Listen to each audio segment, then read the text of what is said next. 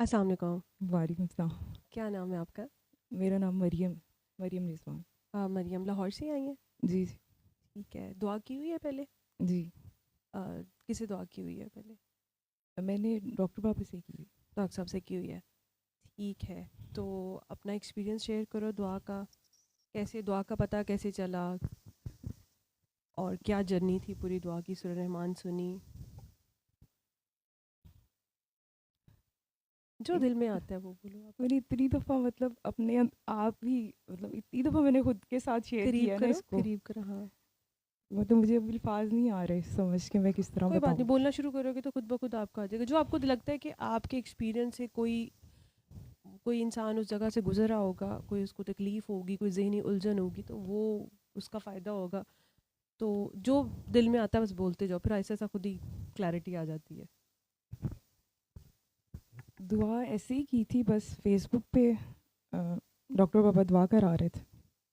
मुझे नहीं पता था कौन है क्या है। बस उन्होंने कहा आंखें बंद करें और दुआ करें। मैं बस एक तकलीफ़ में थी बहुत ज़्यादा काफ़ी अरसे से। और समझ नहीं आ रही थी इसमें से कैसे निकलना है, और अल्लाह से दुआ यही थी कि मुझे निकाल दें। और मतलब मैं बहुत ज़्यादा तबीयत ख़राब थी। टेस्ट वगैरह सारे मेरे क्लियर आते थे।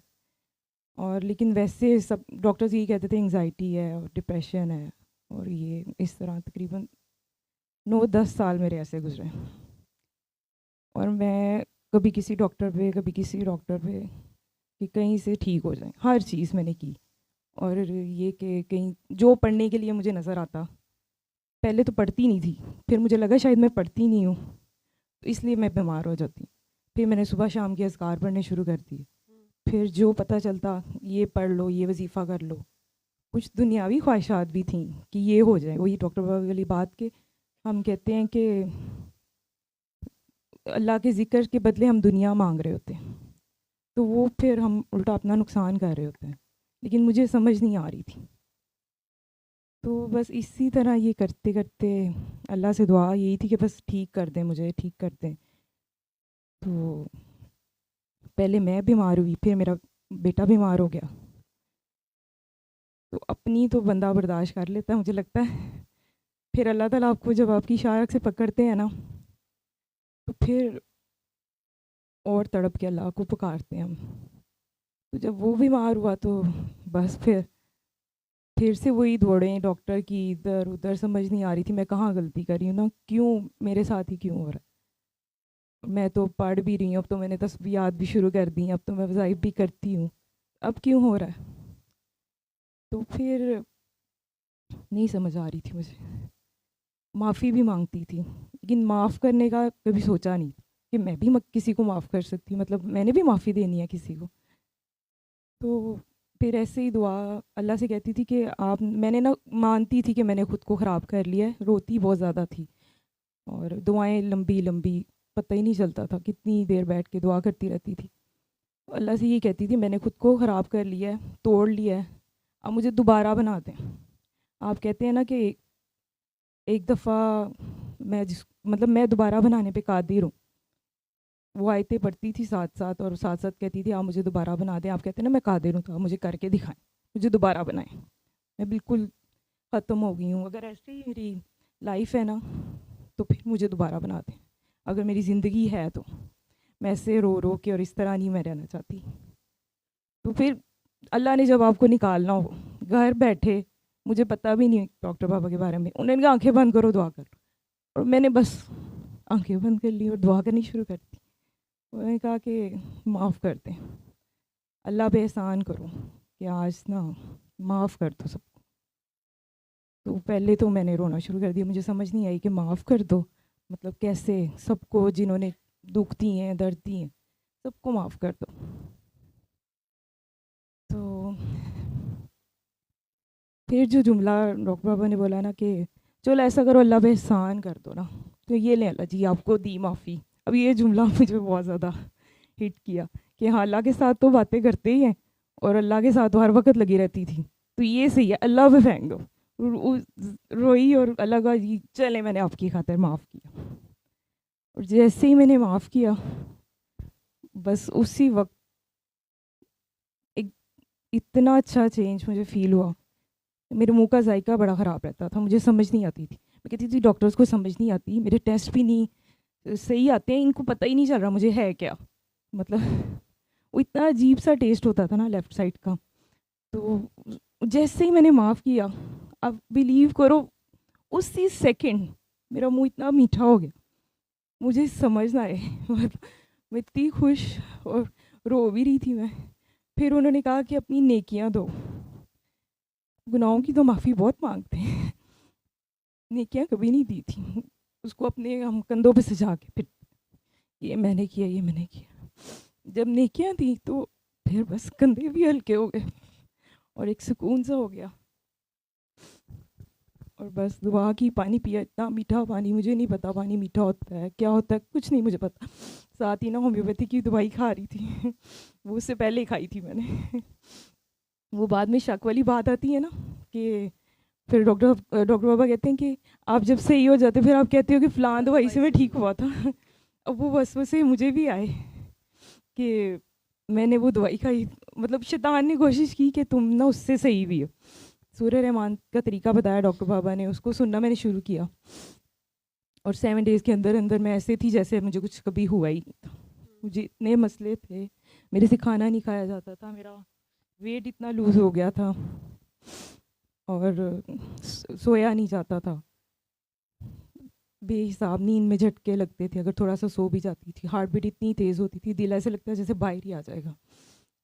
तो वो सब ऐसे ख़त्म हुआ जैसे कुछ था ही। और दिल से आवाज़ आती थी कि मैं तो ठीक हो गई थी, मुझे तो अपनी सिम्टम्स पता चल रही थी, बच्चा छोटा था उसका कैसे पता चलना था। वो मुझे दिल से आवाज़ आती थी ठीक है, सब ठीक है, कुछ भी नहीं, ये भी ठीक है। लेकिन वो ना उसको ग्लूटन, उसको सीलिक डिजीज़ डायग्नोज हुई थी। तो उसको जब खाना मैंने देना शुरू किया ग्लूटन वाला, उसकी सिम्टम्स आ गई, मतलब। लेकिन मुझे आवाज़ आ रही थी वो ठीक है। अब मुझे समझ नहीं आई क्या है, मैंने फिर से रोना शुरू कर दिया, दुआ की, मैंने कहा मैं तो ठीक हो गई हूँ, ये क्यों नहीं ठीक होया। मतलब फिर मैंने डॉक्टर बाबा का कॉल की, उन्होंने नहीं उठाई। मैं फिर अल्लाह ताला से रो रो के दुआ की कि देखें आपके बंदे, मुझे नहीं पता कौन है, कैसे फ़ोन उठाते हैं नहीं उठाते, नंबर देखा था मैंने, तो मैंने कहा देखे मेरा फ़ोन भी नहीं उठाया ना आपके बंदे ने। रो रो के मैंने दुआ की। फिर एक नंबर था पहले उस पर, शुरू में सबसे ऊपर वाला नंबर था, मैंने उस नंबर पे भी कॉल की, उन्होंने भी नहीं उठाया कि मैं कहाँ गलती कर रही हूँ, क्यों नहीं, मतलब मैं तो ठीक हो गई हूँ, मेरा बेटा क्यों नहीं ठीक। तो वो फिर मुझे दुआ करने के बाद ना कॉल आ गई दोबारा से उनकी, जिनका पहला वाला नंबर था। उन्होंने मुझे कहा कि आप सारी जो है ना पढ़ाइयाँ बंद करें। आपने बंद नहीं, मैंने सब कुछ बंद कर दिया था, लेकिन जो सुबह शाम के अस्कार थे ना वो नहीं बंद किए थे। तस्बीहात बंद कर दी थी मैंने जो मैं पढ़ती थी, तो वो नहीं बंद की। मेरी तबीयत ख़राब होना शुरू हो जाती थी जैसे ही मैं उसको पढ़ती नहीं थी ना सुबह के टाइम या मगरिब के टाइम, तो मेरी अजीब सी कंडीशन होना शुरू हो जाती। तो वो जैसे 1 मिनट भी नहीं गुजरता था और मैं वो पढ़ना शुरू कर देती थी कि मुझे कुछ हो ना जाए। वहम या आप कह ले डर खौफ था।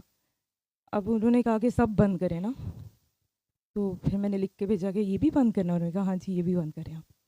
तो वो अपनी बात होती तो शायद मैं ना बंद करती, अब बात मेरे बेटे की थी, फ़ौरन से मैंने उसको पढ़ना बंद कर दिया और वो अल्हम्दुलिल्लाह ठीक भी हो गया। अल्हम्दुलिल्लाह 3 साल हो गए इस बात को, सब कुछ खाता है वो, शुक्र है अल्लाह का। फिर आगे कितने लोगों को दुआ कराई? बहुत ज़्यादा, मेरा तो दिल करता था मैं पकड़ पकड़ के सारों को बताऊं फ़ौरन से। जी यकीन नहीं आता था, मैं कहती थी करो, खुद करो, आप करोगे तो आपको पता चलेगा कि क्या होता है। मतलब ये कहने की तो बात ही नहीं है, आप एक्सपीरियंस आप करो तो सही ना।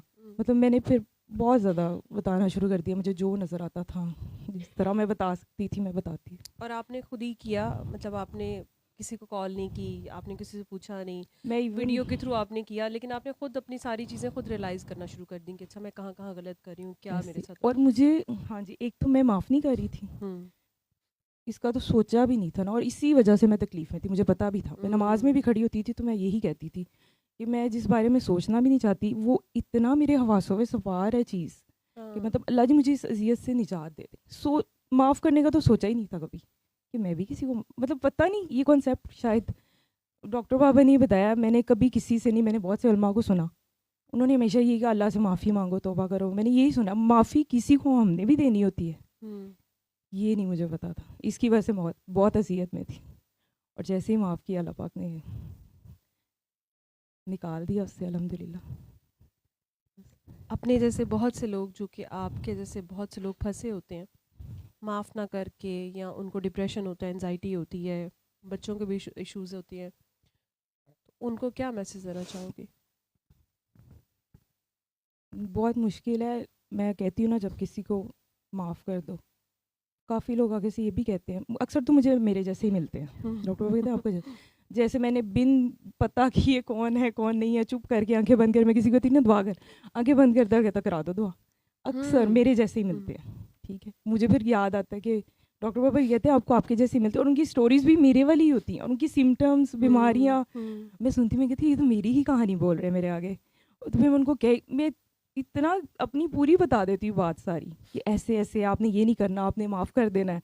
फिर आप गौर से सुनोगी ना, अल्लाह से माफ़ी पूछोगी कि मैं कहाँ गलती कर रही हूँ, तो अल्लाह ताला आपको बताएंगे। क्योंकि तीसरे चौथे दिन मुझे भी कोई माफ़ नहीं कर रहा था, वो अल्लाह ताला ने मुझे दिखा दिया हम्म।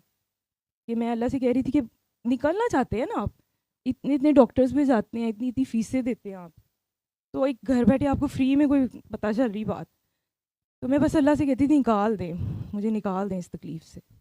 तो फिर मुझे भी पता चला कोई मुझे भी नहीं माफ़ कर रहा, और फिर उसी दिन जाके मैंने उनसे भी माफ़ी मांगी।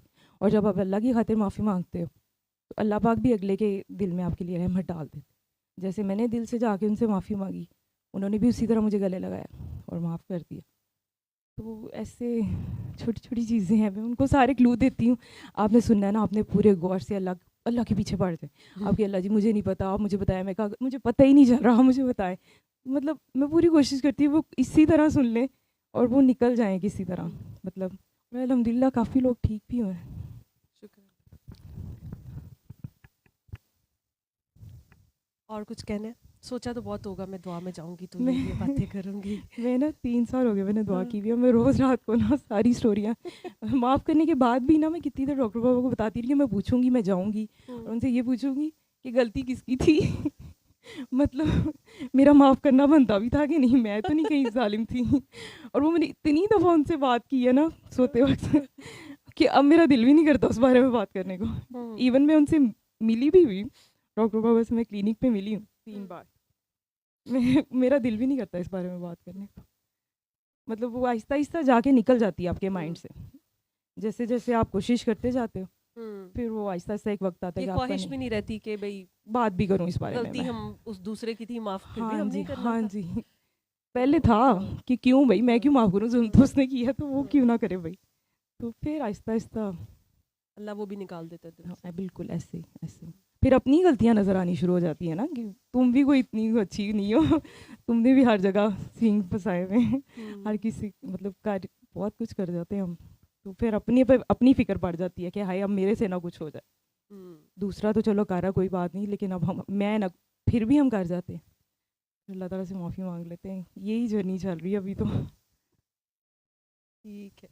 असल में आपका दूसरे की तरफ से ध्यान हट जाता है, पहले दूसरों की तरफ ध्यान होता है, फिर उसके बाद आपका अपनी तरफ ध्यान करा दिया जाता है, तो वो फिर ऐसे अपनी तरफ इतना ज़्यादा हो जाता है। अगर तो आप ऑनेस्टी से अपनी तरफ ध्यान रखें तो फिर आपका दूसरों की तरफ ध्यान नहीं जाता। फिर ऐसे से ये भी भूल जाता है कि किसी ने क्या किया। वो अल्लाह ताला आपकी वाली बात है को अल्लाह ताला आपको भुला देता है खुद से। तो खूबसूरत जर्नी है असल में, तो अब आपकी अपनी जर्नी स्टार्ट हो गई है। अब तो ये तो ज़्यादा डर पहला लगता स्टेप है। होता है कि आपने दुआ की, आप दुआ में आगे, लेकिन अब आगे जो खूबसूरत सफ़र है ना, जो आपकी ट्रांसफॉर्मेशन का सफ़र होता है, और फिर जब आप आगे लोगों को बताते हैं और जो लोग भी ठीक होते हैं, तो वो बड़ी एक प्यारी जर्नी है। इट्स ऑन गोइंग प्रोसेस, लेकिन आप बहुत खूबसूरत काम कर रहे हो, बस इसको पागलों की तरह करते रहो, आपको अपने जैसे लोग मिलते रहेंगे। ठीक है, और इसी तरह बगैर सेंसर किए अपनी स्टोरी सुनाते रहो, दिल से जो निकलता है वो फिर लोगों के ऊपर असर करती है। क्योंकि जिस तकलीफ से, क्योंकि आपने अभी 2-3 बीच में बातें कही हैं जो मुझे भी लगी हैं तो वो अगर मेरी आंखों में आंसू आ गए हैं आपको सुन के, तो इसका मतलब है कि आपने वो दिल से बोली है। ठीक है ना, तो मैंने वो आपका पेन फील किया है कि आप किस तकलीफ में से गुजरे हो, तो वो फिर खुद ब खुद दुआ होती जाती है आपकी। ठीक है। सल्ली अला सल्ली अला सल्ली अला सल्ली अला सल्ली अला शफीना सल्ली अला